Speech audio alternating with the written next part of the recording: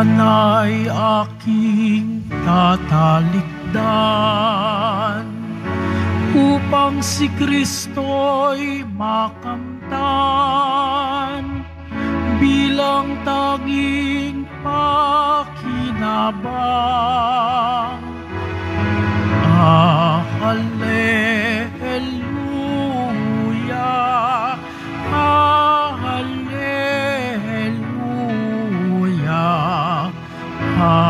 hallelujah, hallelujah.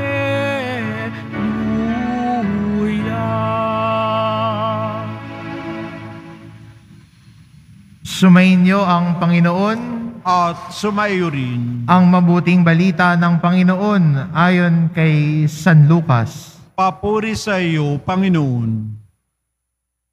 Noong panahon iyon, sinabi ni Jesus sa kanyang mga alagad, "Naparito ako upang magdala ng apoy sa lupa, at sana'y napaningas na ito.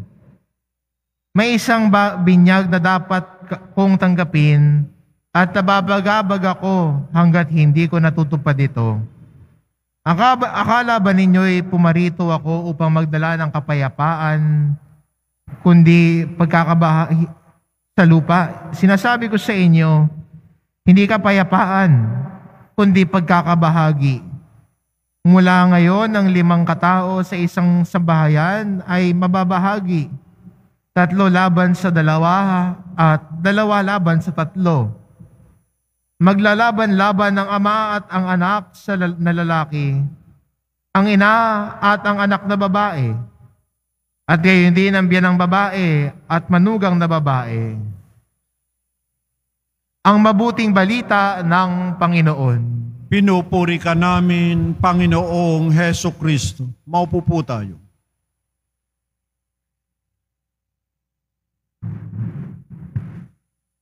Parang kakaiba, no? Bakit sasabihin ni Jesus na hindi siya magdadala ng kapayapaan, kundi pagkakabahagi? Bakit gayon ang sinasabi ni Jesus? Ba't ang sabi ni Jesus, hindi kapayapaan ang dala ko, kundi pagkakabahagi? Magandang tignan natin anong ibig sabihin ni Jesus dito. Kasi kung ito lang titignan natin, isipin mo, ay, hindi mabuti si Jesus. Ba't niya sinasabi to? Ba't pagkakabahagi ang sabi niya? Pero kung titignan natin at babasahin natin ang buo ang lahat ng sinasabi niya, magandang balikan na sinasabi ni Jesus, hindi lahat sa sanlibutan ang tatanggap sa inyo. Hindi lahat tatanggapin kayo dahil kayo tagasunod ko. Hindi lahat tatanggapin ang salita ko. Kaya sabi ni Jesus, maging handa kayo. Hindi lahat sasang-ayon sa pananampalataya ninyo. Kaya sabi ni Jesus, maging handa kayo. Maging handa kayo sa panahon na kayo ay dadalhin sa hukuman ng inyong kamag-anak dahil sa iyong pananampalataya. Yun pala yung konteksto ni Jesus. Kaya sinasabi niyang hindi kapayapaan ang dala ko, kundi pagkakabahagi dahil hindi lahat tanggap ang salita ng Diyos. Kahit naman sa buhay ni Jesus, hindi ba?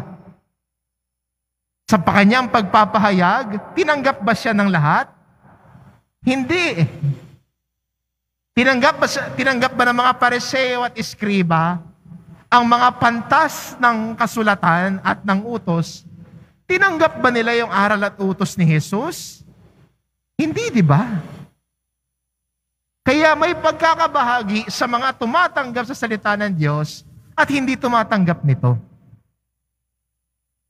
Pero may pangako si Jesus. Sa lahat ng tatanggap sa kanyang salita, matatagpuan mo ang tunay na kapayapaan.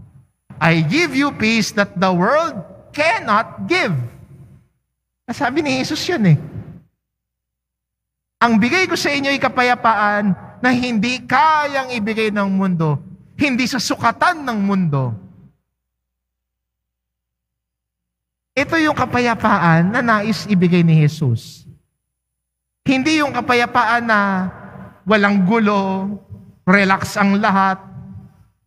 Pero yung tunay na kapayapaan na nasa puso at kapayapaan na masasabi nating, I am at peace in the presence of the Lord. Hindi ba?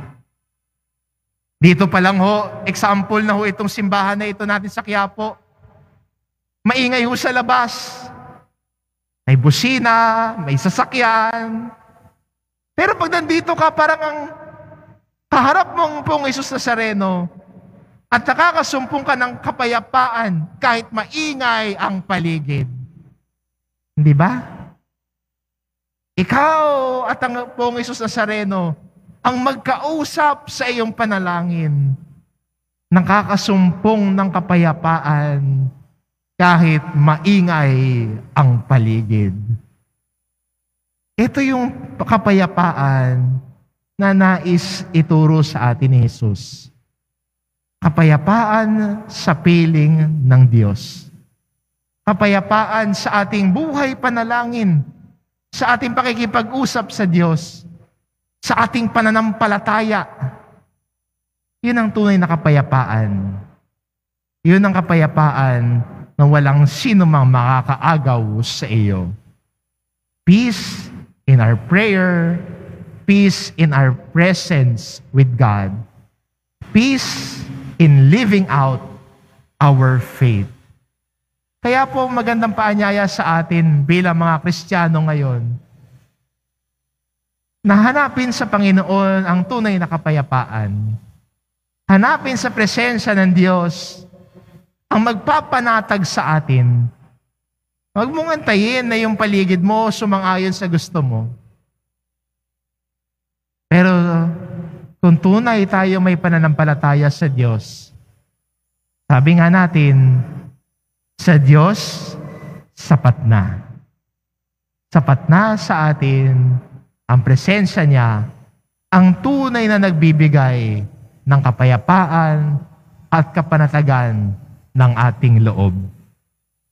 Ito ang kapayapaan na handog sa atin ni Jesus. Amen.